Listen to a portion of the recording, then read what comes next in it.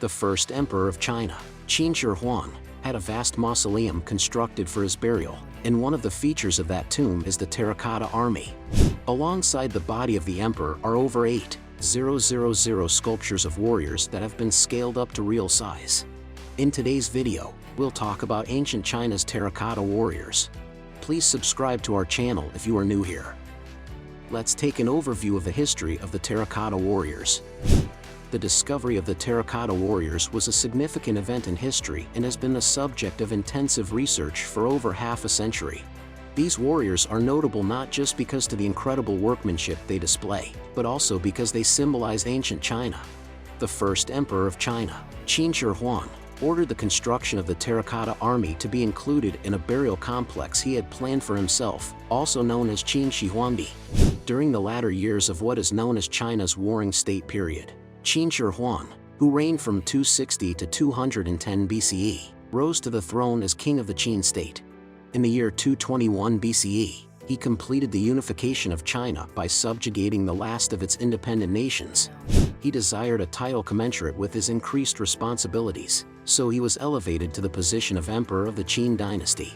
Qin Shi Huang initiated a number of initiatives, one of which being the construction of the Great Wall of China.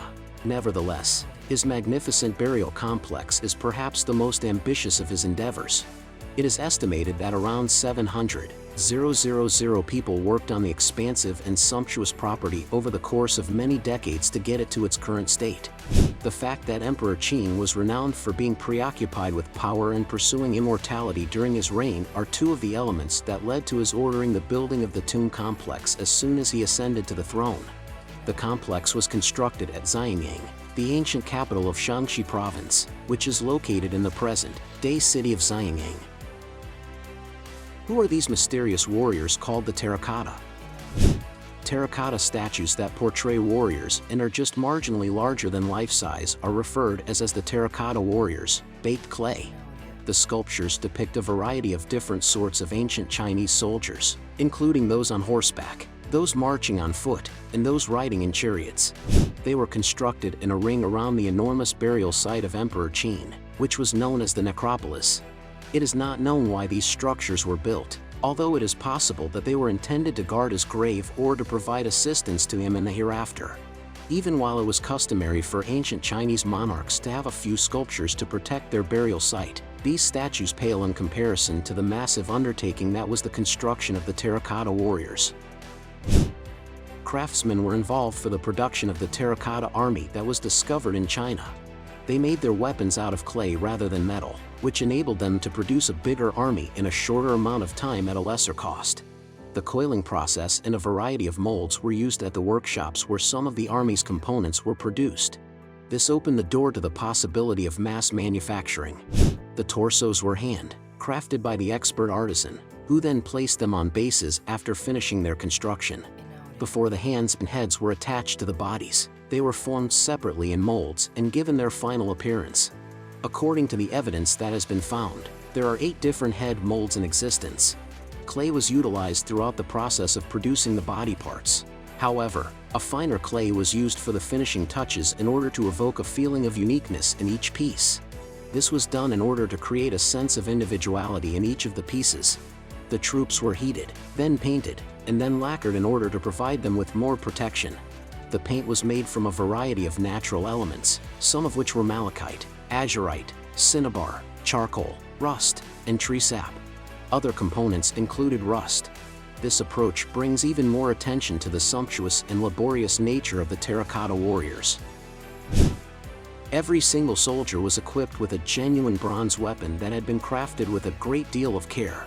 Despite the fact that the majority of these weapons have been taken into custody throughout the years, the evidence suggests that swords, spears, halberds, bows, and crossbows were all employed. Also mentioned as having been used are arrows of various types. In addition, throughout the course of the dig, something in the neighborhood of 40,000 copper arrowheads were found. The arrowheads have been examined, and the findings imply that they were a part of enormous batches of arrows that were created in factories, then bundled in quivers, and ultimately affixed to the terracotta archers. This is supported by the fact that the arrowheads were found in the same location. In addition, researchers have discovered a total of 220 bronze crossbow triggers buried inside the trenches that were excavated. When was the first discovery of the Chinese Terracotta Warrior trenches made? Even though the Terracotta Warriors were not initially buried, the elements worked over the course of millennia to bury them, and it was not until March 1974 that the trenches were found. Even though the Terracotta Warriors were not initially buried, the elements worked over the course of millennia to bury them. A group of farmers were digging a well when they stumbled across something solid, which they finally excavated to be a terracotta skull. The discovery was made by accident. As a result of this, archaeologists were sent to the site, and their findings led them to the conclusion that the terracotta was more than 2,000 years old. This indicated that a substantial excavation would be necessary. The archaeologists excavated all the way around the site in multiple different excavation stints over the period of several years, and as a result, they discovered more chambers, soldiers, and treasures. According to some estimates, only around 1/4 of the whole Terracotta Army has been discovered up to this point. This section that has been excavated and which is roughly a mile distant from the tomb of Emperor Qin is likely to be replicated on each of the other 3 sides of his tomb. In addition, the area of the quarter that was excavated has 4 pits, although archaeologists have only adequately explored 3 of these pits so far. The truth about the Terracotta Army. The creation of the Terracotta Army is the subject of a great deal of fascinating information. The tunics, headgear, and armored vests that make up their outfits vary according to the role and rank that each member has. The infantrymen have heights ranging from 5 feet 10 inches to 6 feet 2 inches, and their average body weight is close to 440 pounds. The sculptures depicting officers are proportionately higher than those depicting soldiers in the infantry, as well as somewhat bigger overall. Even with the molds, every single fighter has their own identity. The troops each have their own unique postures and haircuts, as well as ears that stand out and shoes that do not match each other. The faces of the warriors are the most distinctive and one-of-a-kind feature of each of them. Craftspeople put forth the effort to accurately represent people of diverse ages by providing each character a unique set of eyes, noses, and facial hair. Even the warriors' faces are intricately detailed, with a wide range of emotions that have been painstakingly constructed. The majority of warriors have a signature carved into their backs that identifies the craftsmen who manufactured their armor. It is quite probable that this was a method of quality control. It seems doubtful that some parts will alter, notwithstanding the findings of subsequent inquiries into the enigmatic nature of Qin Shi Huangdi, which may or may not disclose certain secrets. The emperor's role as the primary protagonist throughout history will in no way lose any of its relevance in the future. In addition, it is quite improbable that any of the enigmas that surround his life will ever be solved, at least not in their entirety. Well, that is it for today. Thank you for watching. Hope you find this video enjoyable. Please subscribe to our channel before leaving and hit the bell icon for future video notifications.